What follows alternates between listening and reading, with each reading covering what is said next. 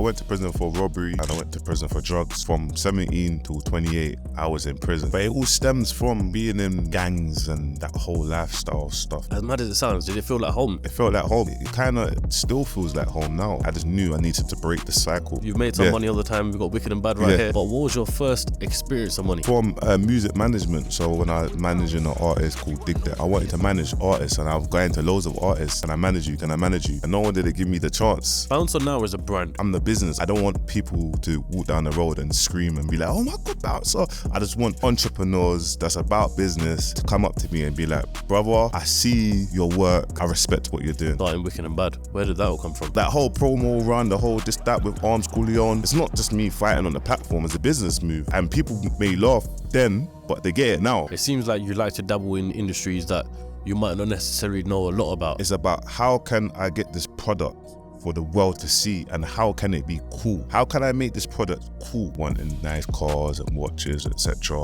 Then committing crime and fulfill it and live that lifestyle. Did you fulfill that lifestyle when you were on the crime path? What is going on, everyone? Welcome back to the CEOCAST, the #1 podcast for showcasing business entrepreneurship. Now today you join me with a very special guest, someone that I've been trying to get on for a long time and someone that's got an incredible story. I am with none other than Bouncer Play Dirty. How you doing, my brother, man? I'm good, my bro. Yourself? I'm good, man. I'm good, thank you. Bro, do you know why I've been wanting to get you on, yeah? Because I've had people like yourself who've, on the podcast before, who have been in prison and they've come out and they've changed their life, and you're no exception from that. I've had the likes of Rimsey, Bobby Kasanga, Mikhail Wright, and the list goes on. Yeah. And, when someone goes into prison, obviously, coming from a different life, and they come out and the whole life is flipped around, and they've made a huge success, built a name for themselves, it's very inspiring to see, especially for maybe other people in your position who you were years ago. Do you know what I'm saying? So it's amazing. How does that make you feel? Before we get into it, make sure you subscribe and set the bell notification to all so you never miss a single episode. No, thank you. I'm very grateful that I've come out, just got straight to work, and like gone through that bumpy hill, trials and tribulations, and still here to tell the story. And yeah, man, and just kind of be, I like to say I'm a good role model for the younger generation. So you've got Wicked and Bad right now, which is what everyone probably knows you for at the moment at the time of this recording. Yeah. But this wasn't your first thing, was it? No, this wasn't my first thing. You've had quite a journey. Yeah, I've had quite a journey. Chat to me, Bounce. I've been on a few, obviously, I come from the music, the entertainment background, but more music, as I've got close friends that's in the music world. And I thought the first off, let me get into events management. That's when I was in open prison and I was booking artists and making them go to events like in Brighton, Southampton, Coventry, etc. Yeah. And I was just trying to get a feel of like, how can I get two artists that are good but then market the event and make sure it sells out. And it's easy said than done, because sometimes you have artists that you think that are it looks amazing, but there's no high demand for them. You got to create the market, innit? You got to create it. Did you have any experience in that? No experience. Like from the start, everything that I've done is very organic and just use my own plan and being creative and just showing it to the world and not being afraid to fail. Yeah. All right, so now we understand what you do and what you've done as well. I think let's start where it all began for you, your upbringing. Let's talk about life before prison and how that all happened.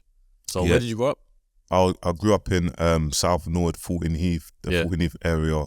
South London. What was that like?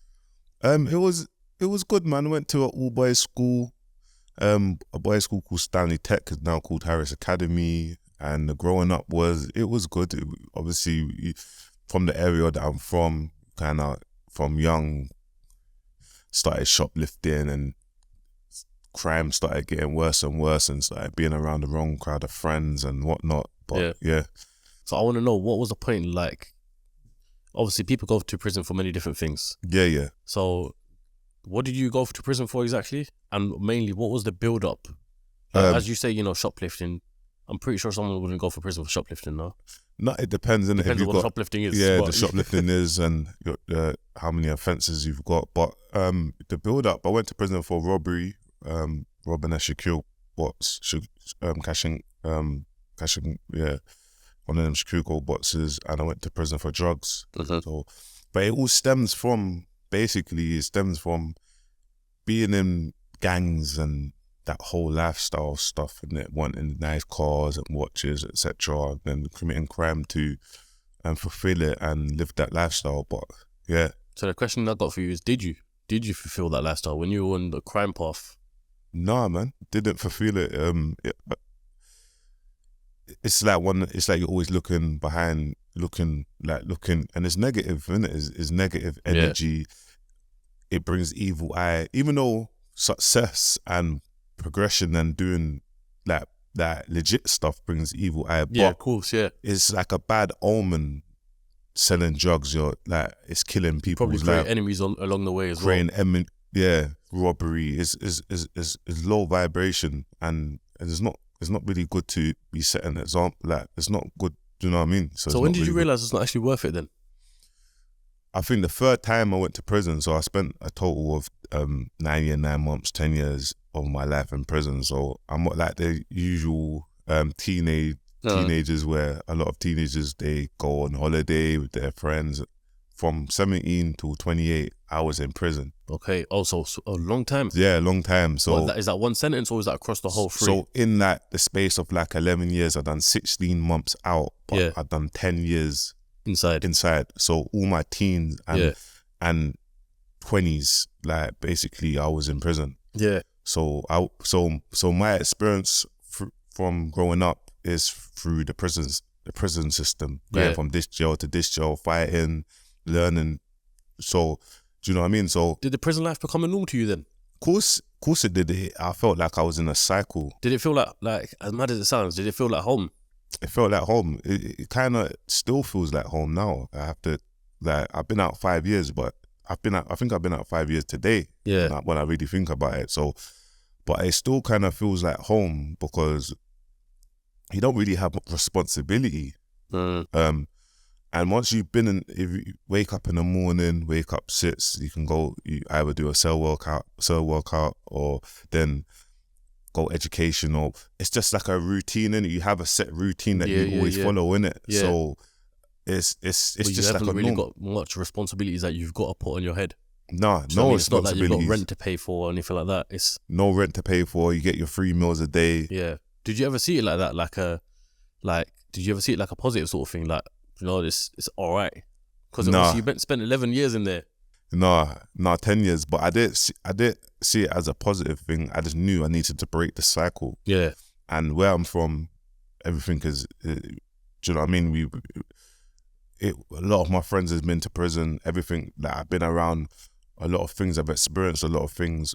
And I just needed to break the cycle. So when I was inside and knowing that my last sentence, my daughter was born, she got sickle cell, and I'm like, right, enough is enough, man. Like, I need to come out and really change my life, and really, I think what the breaking point, like what actually made me change my life was being in open jail and joining the Timpsons. Is that DCAT? DCAT, yeah. So from DCAT, they release you slowly into the community. Yeah, that's right. Yeah. Home leaves and all of that. Home leaves. A lot of people, they work for other people and whatnot. For me, I went down the Timpsons route. Yeah. Key cutting, repairing shoes, repairing iPhones, etc., engraving. And I think they gave me a lot of trust from like training me up and then giving me my own shop to manage by myself. I'm in jail for robbing a Shikuko box, but the Shikuko people are coming to me and I'm putting the money in the box and writing it and signing it, and they're coming to take the boxes. It was crazy to me because I'm actually in jail for this, but You've now got a job with it. I've got a job with it, and they trust me and I'm putting money in the safe. So, and you know what? Every month, getting your paycheck, paying your taxes, it felt good. It feels good. It feels good. Like it's like I'm a man now. Yeah. But you know, when you had that job and you had gone into prison for that reason, even though you know he had grown and developed in the time that you were in jail, did it ever come across in your point in your head where it was like, you know what, I could easily make a quick lick here, sort of thing? No, never. It was the break. It was like that it was completely gone from your head. It was completely gone from my head, even up until this day now, is because as life has progressed, I'm around billionaires, millionaires. I'm around. It's people. A different stage of life. It's a different stage of life. So everyone's watches this. Not one. Never. I even think, oh yeah, this. I believe in karma, and I believe what I was doing before, it just brought negativity, bad karma, and it just comes back on you. So I believe like when you do good, or when you have good intentions, or even if you might be without, and you just be patient, it will work eventually. You know, when you came out of prison, did you have any things from your past life catch up to you? Like for example, you know, I'd done a podcast with Kane Musa, and he said when he came out of jail, you know, he had quite a few people from his past life come up to him and question him, or maybe even feel like you're put in a test. This episode is sponsored by SUNNAMUSK, the UK's leading fragrance brand specialising in ouds and musks. They have some of the longest lasting perfumes you can try, and with over 20 locations, you can certainly smell it for yourself. And you can also check out SUNNAMUSK online by visiting www.sunnamusk.com and checking out the wide range that they have to offer. I personally use Abrid Ombre, but I'm sure you'll find a perfume that fits you. So make sure you come down to a SUNNAMUSK store or check out the website using the link in the description. Yeah, I'm always getting tested. So things from my past life always comes back to me. And as you get bigger, as you get in the public eye, that's always what happens. Because remember, the people that people know you for, they're not used to, they didn't know bounce or being on online social media like saying, you're my people. So now their way of getting back to me is posting stuff online, or just attacking man online, innit? And I have to, do you know what I mean? I have to smile. Listen, I'm going down this road here, and just let it go. But is it hard to let it go though? Of course it is. It's hard. It can't be easy just, you know, letting someone just get into your head like that. Do you know what I'm saying? It's hard, and you just have to. Do you know what? It's one of them ones where you have to look at how far you've come, innit? But just know that people naturally are gonna that know you from back in the day, or remember, life is real, innit? So sometimes I go back to my area and I see like that people, it's hard, innit? They're still in the park chilling. They're still smoking weed in the park chilling. Doing the same thing. Do you get it? So sometimes it's hard to see someone that they relate to making these moves and not envy it, or not have an evil eye, or not just start saying things. Do you know what I mean? So for me, I just have to just get over it, innit? If someone says, oh, basically like suck your mum or whatever, you just have to just let it go, because I come from that walk of life, innit? Yeah, and you're a different man now. I'm a different man. Back then you probably would just spark the man out straight away. Do you know what I mean? So it's a bit different. So, and it's like, if, for example, like, I don't know, someone that's gone to private school and they're a streamer, they do Twitch, they're YouTubers. If someone started trolling them, they'll be like, dude, I don't care, dude. Like, they don't care. They like, don't know what to do, innit? So you have to just weigh up the options and look at it and just be thankful that you're in this position and not with them smoking weed in the park. Yeah, I hear that. So you said you went to prison 3 times, yeah? Yeah. So when you come out the first time, what was your mindset like? Because obviously you went back in, so I want to know, when you came out of prison, was it like, all right, cool, I'm back in the same lifestyle? Or did you try and better yourself back then? Nah, man, I didn't better myself. I feel like I came out, I feel like that age, when you're going to prison at 17, you kind of half, how stupid it sounds, but it's like you want to go to prison, you want to experience that. You're from the road. I've come out. Was it like a status sort of thing for the other people watching? It was a status sort of thing. Like Bouncer's in prison now. He's in prison, he's fighting, you're linking up with people, you come out, and then naturally we're back to the same rubbish, back to the same stuff.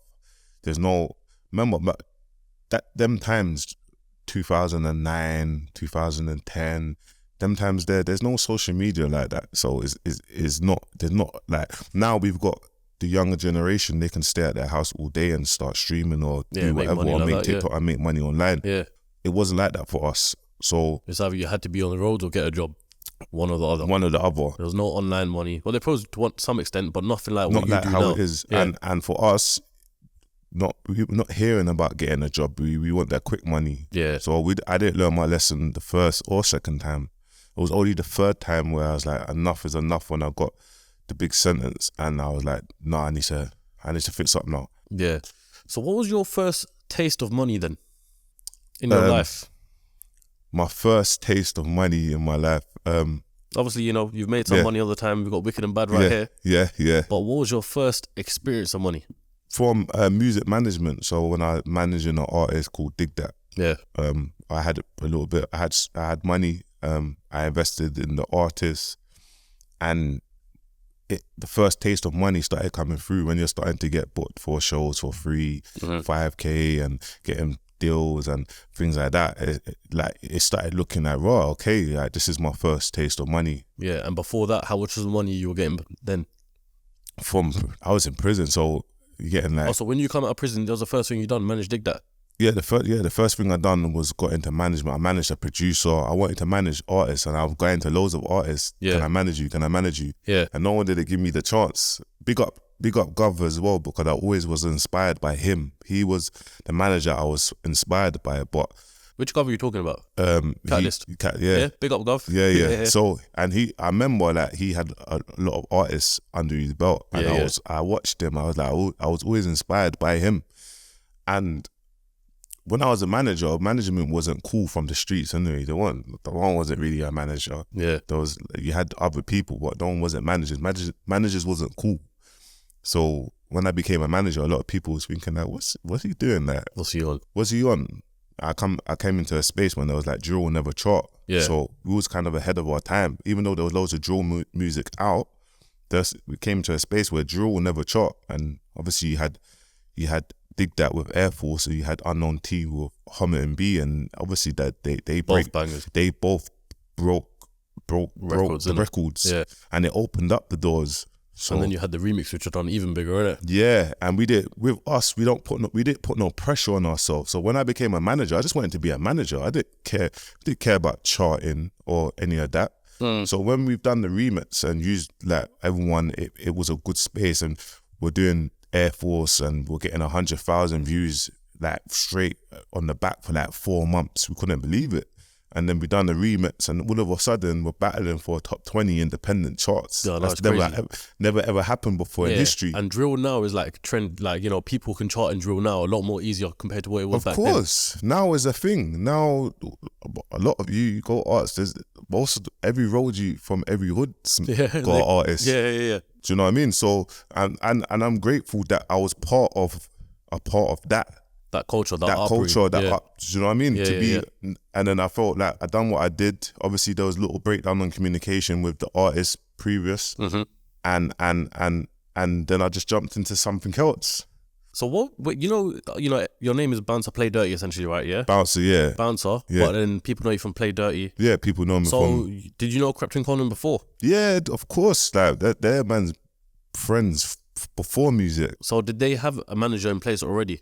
Yeah, like, did you have that conversation with them when you wanted to manage artists? No, listen, I always reason with them and them, and I always have the conversation with them. I see what they was doing. They had a management in place. Yeah. But Krept or Conan would always, like, Conan used to, like, we would have, when we was managing Dig That, this is before even any songs even connected like that, and we was going to label meetings, Conan and that would turn up and show the support. Okay, do you know what I mean? Yeah. So yeah. Is that how like the remix come about then? The remix come about because it made sense, innit? So remember, I've reached out to like Conan, Krept and K-Trap, they're my close friends. I've reached out to them and I'm saying, look, the song's flying. We need to do a remix to this. Yeah. I remember Krept saying, are you sure? We can do a separate thing. Like, you sure? And I'm saying, like, man, sure. And I know it makes sense for everyone. And we've done the remix, and it done what it needed to do. Don't trade figures, isn't it? And what's happened from doing that remix? All the labels started copying the USP. You had the artists. You had big up Russ. Russ had Gunlean. What'd you do with Gunlean? Do a remix. You had Keisha Becky. What'd you do with Keisha Becky? Remix. Do a remix. Do you get it? So, you might get charted a top 30 or top 20, and then you do a remix. It goes number one. But we done it by default. So it wasn't. It's not intentionally. It wasn't intentional.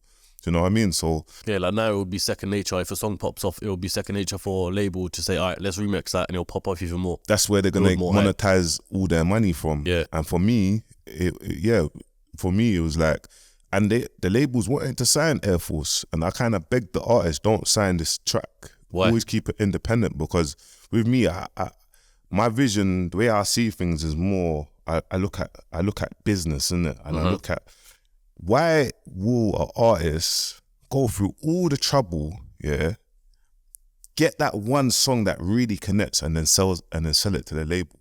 Why would you do that? You're gonna sell it to a label for what? The money that you're gonna accumulate in that time, you're just gonna sell it for 50K or 100K. Do you know what I mean? I know for a fact Air Force has probably made like 400-500K just from that song. Yeah, and each time someone plays it today, even though it came out years ago, it'll still be making money. So imagine that. You lose the ownership of that, then it's, And for me is like your situation, you just have to know when you want to sign or when you don't want to sign. Yeah. But just don't go through the struggles for a song to connect to then have a label bring you in and be like, oh yeah, then just sign the song. You've just done all the hard work yourself. Yeah. So you're big on ownership in being independent, right? Yeah. You're taking it. So if someone was watching this right now, like an artist, what would you advise them? If they had a label deal come to them and say, look, we can give you X, Y, Z, would you say to them, don't do it yet? Or would you say, do it? Look, you got to structure what you need to do it, because at the end of the day, when I was looking after Dig That, he signed a label deal. Yeah. But it just has to make sense. The deal that I got him to sign was 2 projects. That was it. So you do one project, the next project, you're out your deal. And the project needs to be released within a certain time frame. Yeah. So in your head, it's like, cool, that time Dig That got a deal for £1 million. Cool. I just know within 18 months, he's done what he's done, and now he feels good within himself. Yeah. So for me, the answer to your question is, you just have to look at where you're at. I'm not saying don't sign to a label, but just look at where you're at. At the moment, the music world they're struggling, bro. When's the last few breakthrough artists? Like, where's the last breakthrough artists? Well, Ardy. Central C, you could argue. Of course, but did Central C come before Ardy? Did they come? When? Central C? Do you know what I mean? Yeah. But check it. That's the last few breakthrough artists. Yeah. So you need good managers that's independent, and sometimes, obviously, when you're with the labels, it's always signing something. They will monetize the shit out of it. So Yeah. This is why there's not a lot of. I'm not just blaming it on the labels, but I'm saying, look, this is why there's not a lot of breakthrough artists like that. It's like really going in with things, isn't it? And the songs that you hear nowadays are all signed. Do you still work with artists then? I don't work with artists no more. Was that your decision, or was it because, I'm assuming when Dig That got signed, they have their own management, or no? No, they didn't. No? They didn't have. So you were still managing then? I was still managing them. There was a little breakdown in what's ever happened. Yeah. And we did it. We parted ways. And I think from parting ways, it kind of left a bit of a bad taste in my mouth. So I was kind of done with music management. But I did manage quite a lot of other artists during that time. But I just felt like the music world is 1 minute they support you, now then they're against you. Why? Like, give me an example. It's just our culture. It's like the 3%. We have pages that it's like unfortunately you post whatever we're posting, and everyone in the comments said, just tear man down. Yeah. You know what I mean? So it'll be like that. It's like, for me, I don't want to be in that world no more, innit? That's why I had to jump out that world and jump in a different world. And it's lovely in the world that I'm in. And people that's in that 3%, the artists or whatever, they look and they want to be in the 97%, but it's not as easy. So it's good that I done the transition, and I just it was very important that it's not just that I'm good at marketing and looking after. If you are a product, if I look at you as a product, I know what to do with it. I'm going to build it up. It's not just, do you know what I mean? Not just the music. I don't care about music, but I know what to do if I hear someone's good, and I know how to be creative and make the world see them. Because you see loads of artists that you think, oh my God, why is he so underrated? Yeah, it's because they ain't got the backbone structure or someone to market them and push them. Like, they ain't got the team around them to do so. Do you know what I mean? So that's everyone who says like, oh, there's this underground artist, he's sick, more time they probably ain't got the management to put them in the right direction. And then that's why with me, people can send me artists and they'll be like, yeah, he's dope, he's great, he's amazing.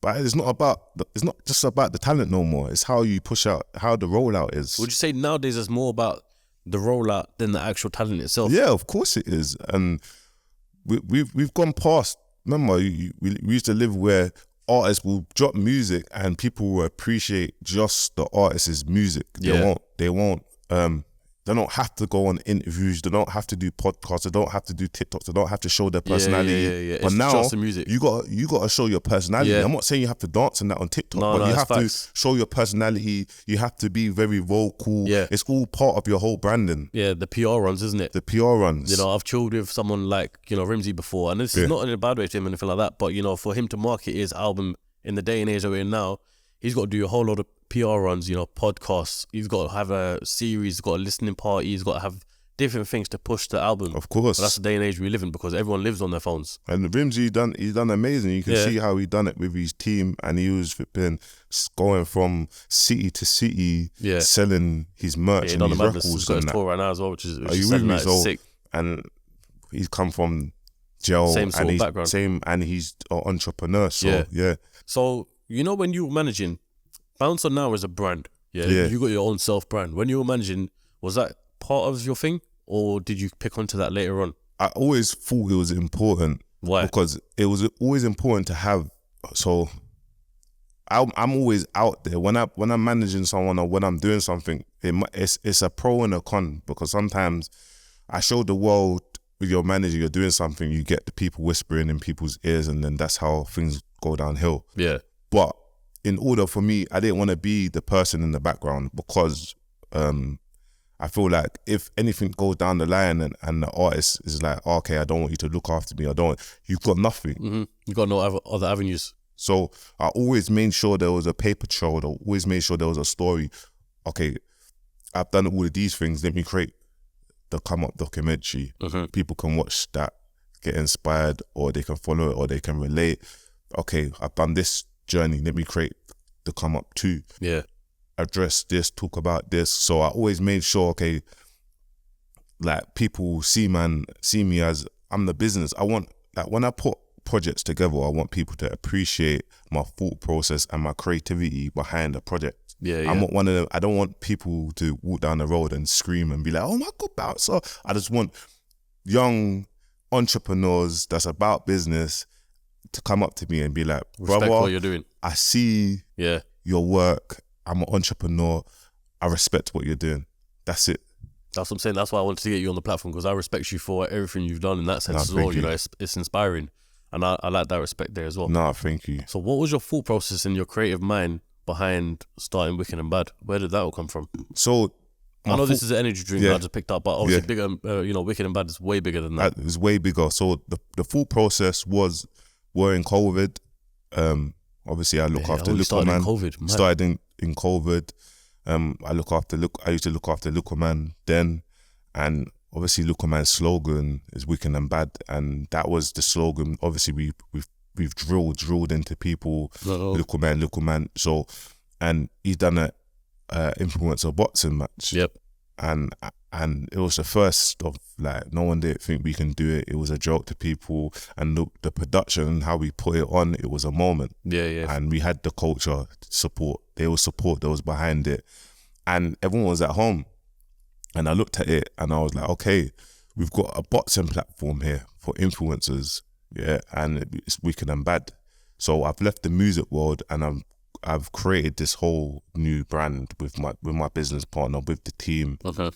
And we're thinking, well, okay, now we need to get influencers to box on this platform. And I promise you, America's always 10, 15 steps ahead. They're always doing things, and we always jump on late and then piggyback and yeah. So it wasn't cool to have an influencer boxing match when I'm platform. So when I'm reaching out to all these influencers, it's not cool. So I'm thinking in order for the brand to grow, and then there was a little breakdown in communication with Little Man, and so it's like, in order for the brand to grow, I need to sacrifice myself to box on the platform for it to grow, for people to see it. Yeah. So that whole promo run, the whole that with Arms Coolion, for me is a business move. It's not just me fighting on the platform. It's a business move. And people may laugh then, but they get it now. They get it now. So, and I wanted it to be boxing. Arms wanted it to be MMA. We both wasn't happy with the performance we put on. But from that, what happened? We started putting a Wicked and Bad the whole business the business, and influencers started jumping on it. Around that time, KSI and that has built their Misfits platform. So now we're in that space. Then we've got another. There's a few other influencer boxing platforms. Yeah. So I'm just grateful that during COVID, and we look at it now, there's loads of influencer boxing platforms, and it's a bit like it's built like drill, innit? I refer back to drill. I look at it like Dig That or Unknown T couldn't just be the one artist to blow in drill. You need about 30, 40 top drill artists so it can open up the market. Yeah, okay, I get what you're saying. Are you with me? So I'm with you. I look at it like having a Misfits or Wicked and Bad, and we're going to get many more other boxing platforms. Yeah. We need these 20, 40 boxing platforms to open up the market. And what is that? Then we own a percentage of market share. Yeah, of course, yeah. And that's it. We own a percentage of market share. We get what we need to do, and people will refer. People will come to a Wicked and Bad. They will come to a Misfits. They will come to a whatever, and they will prefer which one that they like.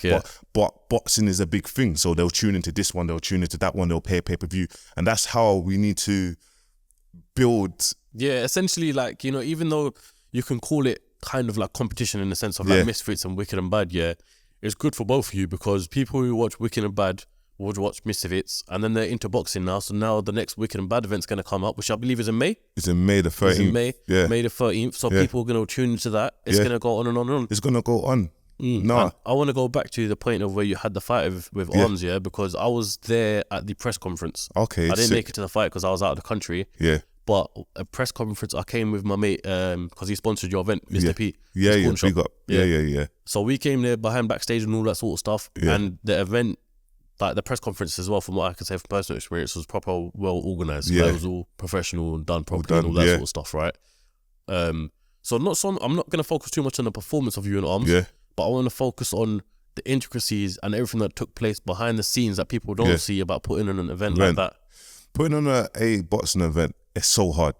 It's not, you can put on a white collar event and it will look like a white collar event in that level. Yeah. And that's great. Big respect to them. But for us, we are a white collar organization that's sanctioned, but we look like a professional organization. Mm-hmm.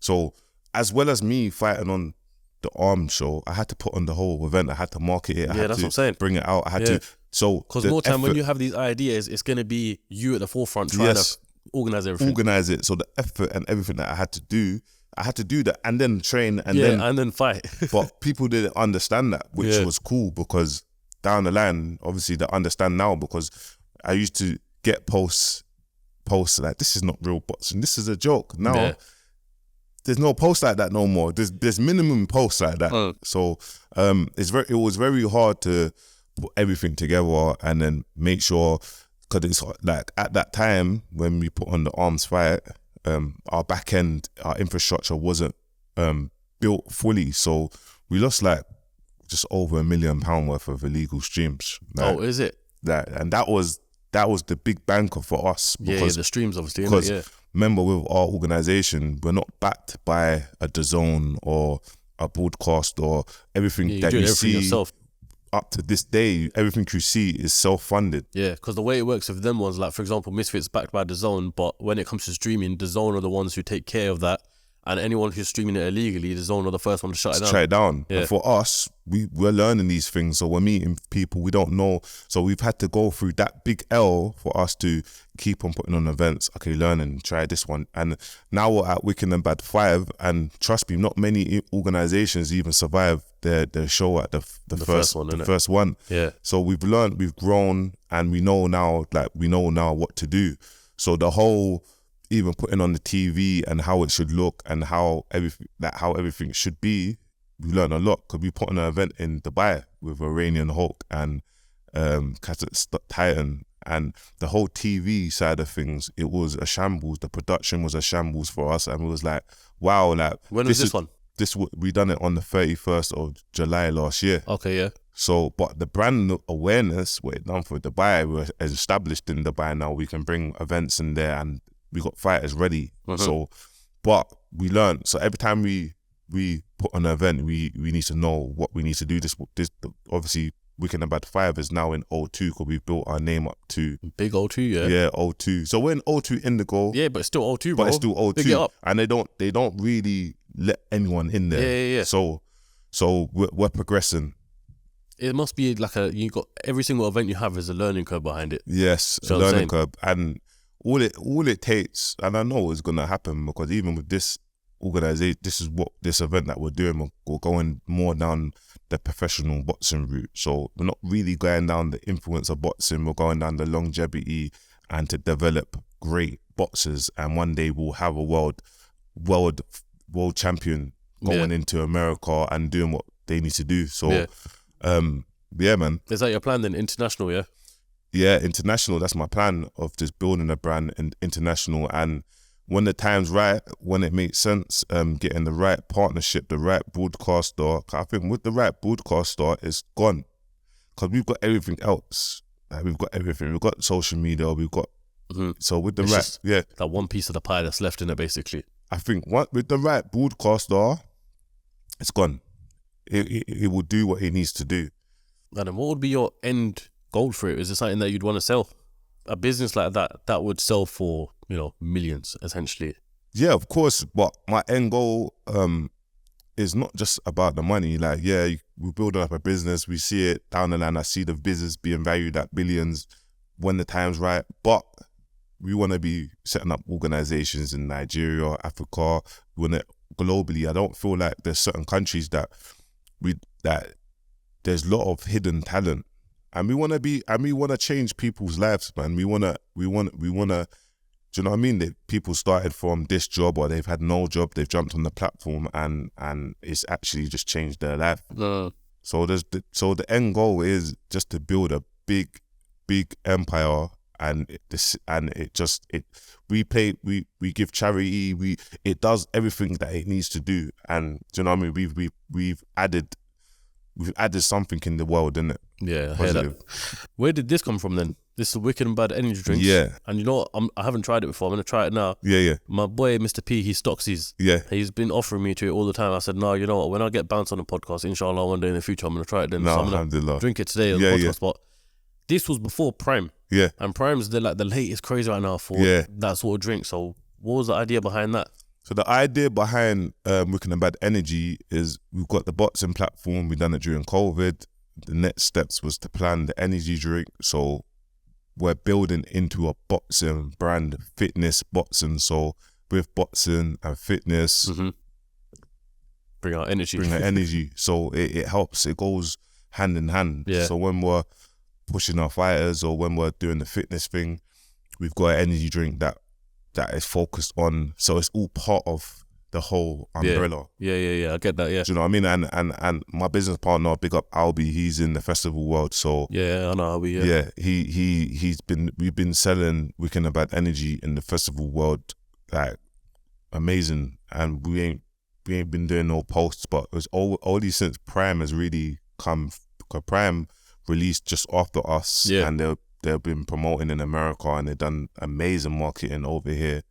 And now it's like, let's show the world Wicked and Bad Energy. Can I open it? Yeah.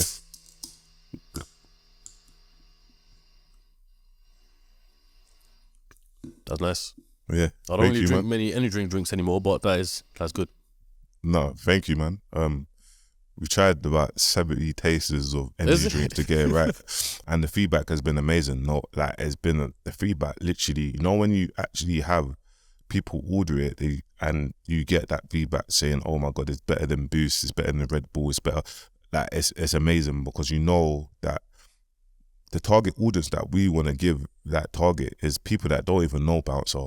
That you go into a shop, point of sale, they see something, catch their eye, they've tried it, and now they're hooked onto it. Yeah. That's the audience that we're targeting. From the idea when you and Albie sat down for the first time and said, we need to come out with Wicked and Bad Energy, to the point where you received your first can, like the one I'm holding right now. Yeah. How long was that? So I feel like it was maybe like 6 to 8 weeks after. But how they operate is they never put the lids on it. So they'll give us samples of just the can and the different colours. Yeah. because with energy drinks, you have to, and we get our stock produced in Poland. You got all the minimum of 3 Arctic lorries. That's like, that's just like under 300,000 cans. Yeah, can we talk about in terms of financial figures how much that would be of an investment? So in terms of an investment, you're investing close to 100K. You're invested like big investment because you have to pay for sugar tax. You got to pay for transport. You got to make sure that your trademarks in all them in all Polish. There's so much logistics that you have to do. So yeah, cool getting the cans made and it get made at this, but by the time it gets to the UK, it comes in at this. Yeah, that's crazy. So, and then when you're selling it for, you might be making a couple pounds plus VAT, a couple pounds on top as profit, but it's a quantity thing, innit? So how much you are selling, how much people are buying. Volume game, innit? And for me, listen, there's hundreds of thousands of shops out there. So they're really doing the mass, you really put the work in, and we're very advanced more. We got social media. So if I go to the shop, go to this shop, put this cash and carry, this, it's the volume game. And once you start getting it right, life changing.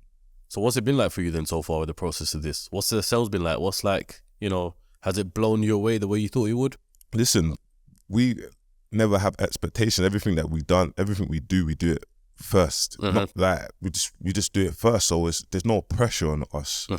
So we obviously you order a minimum of 3 lorries. We're positive. Like we're proud to say that we've got another order coming. Okay. So the 300,000 cans we've sold. Yeah. And that's from not even trying. Now it's been about 5 weeks, so we've really been trying and making campaigns and putting it to, like, I'm getting it. We've got like a meal coming up, Wicked and Bad meal from I've Smacks. seen that. Yeah, I literally saw that on TikTok. I think it was yesterday or something like that. So we've got that coming, and it's good that we've got you got a restaurant takeaway store like Smacks Burgers, because like 18 months ago during COVID they started their first Smacks shop, and now they've got 8. By the end of the year they'll probably have 20. So that means that we'll be located Wicked and Bad meal in 20 shops. Yeah, you know what's funny as well? Yeah, I done a podcast 2 days ago with a guy named Alfie Valentine. You know who he is? Yeah. He literally told me he's investing in 10 franchise shops of Smacks. So it's like, that's mad.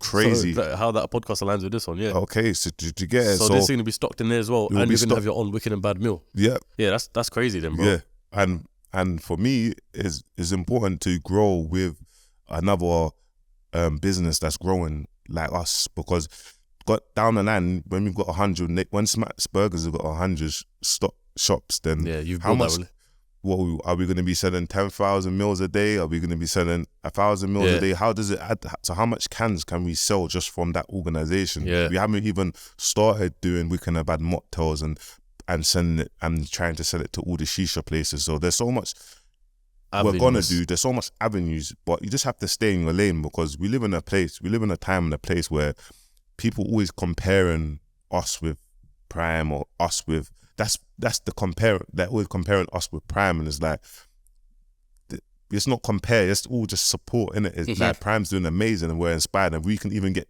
to 1% of what Prime's doing is crazy, innit? Yeah. So that conversation you had with the owner of Smacks, I'm sure you didn't just go in there and be like, "Yo, let me get a meal named after Wicked and Bad." Like, what made you want to go to Smacks, and what was the conversation like with the owner?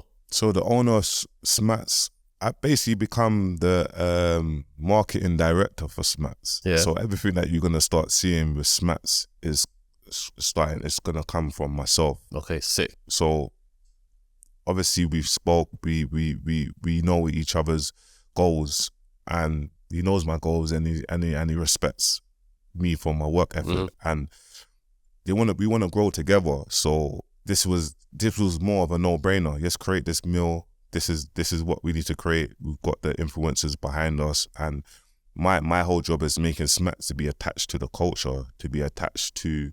It's one of them places that you see. It's like, oh, Smacks. Oh, Little Man was associated. Oh, the Little Man, the Wicked and Bad meal's there. And you go, you walk, you see Little Man's picture, his face in there, and I feel like this is something new. 'Cause I've never been in the food business. But what I'm good at is selling product. I'm good at catching people's eye in it. So this is very new to us, but there'll be many more that projects that we'll be releasing. So that's how kind of it looked. And obviously I'm creative marketing director for SUNNAMUSK. So yeah. You know what's sick, bro? It's like, you know, following you online and also chatting to you right now, it seems like you like to dabble in industries that you might not necessarily know a lot about. Yeah. Why is that? Is it because it's like a new, fresh challenge for you, or what goes in your head? No, I feel like it doesn't matter what it is. I'm good at anything. So, or I will learn. So it's not just, it doesn't matter of do we have a wicked and bad energy can. It's about how can I get this product for the world to see, and how can it be cool? How can I make this product cool? Like, it's cool to drink a wicked and bad energy, or it's cool to fight on a wicked and bad platform, or why you should be at Smack's Hamburgers, like why you should taste it. But once we get your attention and you try it, or you taste it, or you're a part of it, you're gonna love it. Yeah. And that's it. So you feel like you could do that with any product? I can do it with any product. All right, so let me put you on the spot here and ask you then. Would you see my podcast as a product? Yeah, 100%. So would you, in your head, already have a plan of how you could push it even further? Yeah. Yeah? Yeah. I'll say no, we'll chat after the podcast. No, Bance, I respect what you're doing, man. Where did you go from here then? Consistency is key. I'm trying to build generational wealth for my kids. So even if I live in this world and I'm making ends meet and I'm building a brand for them, for the next 5-10 years, you're going to still see wicked and bad. You're going to still see wicked and bad energy. And I'm just going to be more creative. I'm not going to stay in my comfort zone. I'm going to explore. I'm going to meet new people. We've got how many billions of people around the world, and we can't keep on looking at, for example, just with our local YouTube channels as our ceiling. Our local I'm Just Bates, or do you know what I mean? The ceiling. You want to break through. Like, we can break through. You trust me, you'll go around the world and meet people that don't know you, and they will help you more than the people that you do know. You've been a support of everyone around you, yeah? Yeah. Do people support you? How's it like for you? I do feel like people do support me. They do attend wicked and bad events and that and whatnot. Maybe I might look at things and I feel like I should be supported more, but I feel like maybe I do feel like I'm a threat as well. In what sense? In the sense of I've come from where I've come from, what I've achieved in 5 years, certain people have never achieved. So it's always just keep my man there. We could help him more, but keep him there. But for me, it's like, it's just a matter of time. And it might not come from the people that know me, because I do feel like when people, big brands or this brand or this clothing brand that I might know, or this bots, and they might just be like, oh, it's bouncers, you bouncer. I'd rather do some business with someone that we don't know. But it's fine, because it's just the game, innit? And the struggles are the struggles, innit? And once we get there, I'll be setting a good example, innit? I'll be bringing through brands that I think that they need their help, and they're showing people that.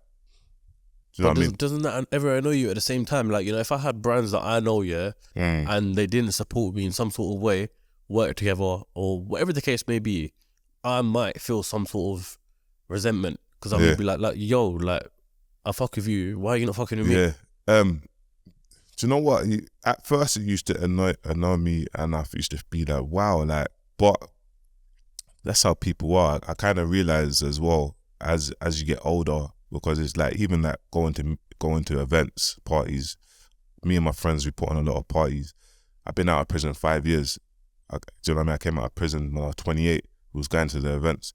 But every year we're going to litness parties, doing the exact same thing. So the 25-year-olds that was there when I was 28, they're not going there no more. Do you know what I mean? They're 30. But then flipping the 17, the 18-year-olds or the 15-year-olds that was there that wasn't allowed to go, they're going there now. And I think there's no growth in it, but there's no, like, we're still stuck in that system. Like, we need to, like, break through it. So what I'm basically saying is, you will see like my brother Crept, he's done Gnarless brand, and if we don't buck up our ideas quickly, you will just get left behind.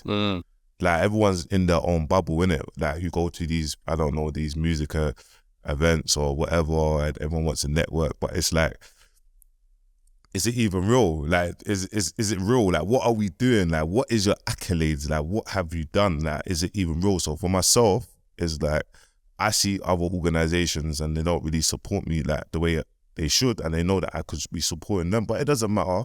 We wish them good luck, and we'll get there with them or without them. Yeah, that's the best way you could look at it, to be fair. We spoke about Dubai off camera. Yeah. You said you're eventually gonna go there. Yeah. Why so? I feel like when I went to Dubai in July, and I wasn't really happy with the event that I put on, but the people in Dubai was like, this is amazing. It's amazing. Like, and I was like, this ain't amazing. This is rubbish. Like, I'm not happy, but the thought of creating a boxing match, putting tables around the boxing match, people can watch it, and then there's a live performance. These things are not happening in Dubai. It's very new. Even though it's happening here, and people are like, oh, this is amazing to go to, but it's not happening in Dubai or them countries. And to create that there, because we already tried it in July and it worked, I know then I can bring the UK fighters over, they can fight the locals, I can book a UK artist. That's why I always attach Wicked and Bad to entertainment. So if you go to a Wicked and Bad show, you got live performances, you got spoken words, you got a live podcast, you got boxing. It's not just one thing. Yeah, no, like I said, when I went to the Manchester event, that was very entertaining itself. You know, as well as it being the press conference, you had loads of things going on there at the same time. Yeah. It's an entertainment platform, not just a boxing platform. No, it's an entertainment platform. And that means you can take it anywhere. You can transpire out of boxing, and you can get into many different things. 100%. Which would be sick. It's very important to keep up with time. What I've kind of clocked, even being in the TikTok world, I always say TikTok's a 97%, and then Instagram's like the 3%, because not many people even have Instagram that's in the TikTok world. Yeah. And then the people that are on Instagram, some of them, like, I mean, content creators, they're like, they can't keep up with TikTok. Yeah. At a new age where they're 14 and 15 and 16-year-old, they're doing craziness. Like, they got a whole new world. Yeah. So if you don't keep up to date with things like that. Do you find it easy for you now that you're in a position where you are? Do you find it easy to keep up to date and stay on top of trends and, you know, the latest platforms and all of this and all of that? Listen, I find it hard because I look after, so like, whatever you see, so I would post on my TikTok, my Instagram, my Snapchat, I will post on Littleman's TikTok, his Instagram, I'll post on Wicked and Bad Entertainment's TikTok, Wicked and Bad Boxing. Do you know what I mean? I'll do all of them things and then have to run the business. So, and then I have to go on the live and then do things like Sunday Smoke and etc. So I find it hard, but I keep up with it, and it's important. That's why, like, someone like Aggie who fights for Wicked and Bad, or we got Kalas Karim who fought under the Mayweather undercard. Now it's them to do what they need to do and represent the brand, innit? Keep everything alive still, innit? Yeah. So Bouncer, with all these moves that you're making, man, I seriously got a question for you, bro. Yeah. What's this all for? What are you doing it for? Do you know what? I'll be honest. Working, it helps me with my mental health. Yeah? It helps me with my mental health. Sometimes I ask myself, why am I doing it? This is not working. I've put this money into this. It's not making what it needs to make. We've lost this money.